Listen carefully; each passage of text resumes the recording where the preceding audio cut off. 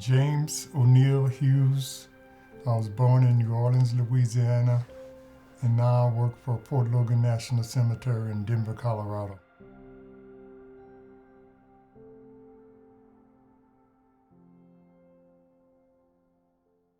The cemetery was started back in the 1800s.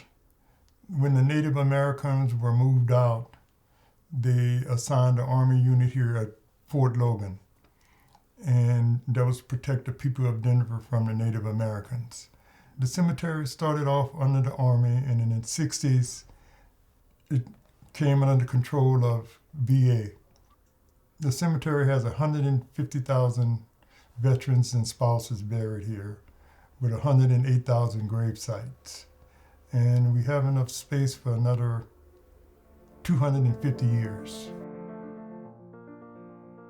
The first burial here was Mabel Pittican. It was in 1889. She was a dependent of a soldier that was stationed at the old Army post. And we have people sometimes ask, well, who were the famous burials here? And we always tell them everybody, because every headstone has its own story.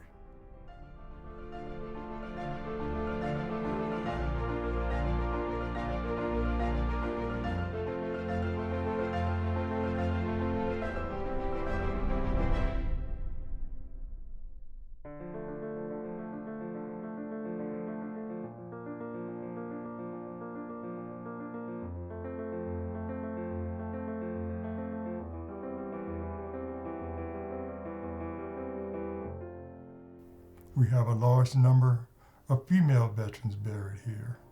Beulah Font, she was part of the 6888, which was an all-black female postal unit, and they distributed mail throughout Europe. During World War II, Joan Conte is the first transgender veteran from the Korean War. We have a number of sex change veterans buried here. And if you want to be Bill or Susie, the family doesn't care, and we don't care, as long as you were honorably discharged. During the early parts of the Afghanistan conflict, it seemed like we were burying one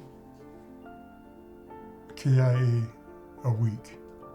Danny was killed in Afghanistan, and I got to know his mother and his father. Watching the units that he belonged to and knowing his story of how he died, it was pretty brutal.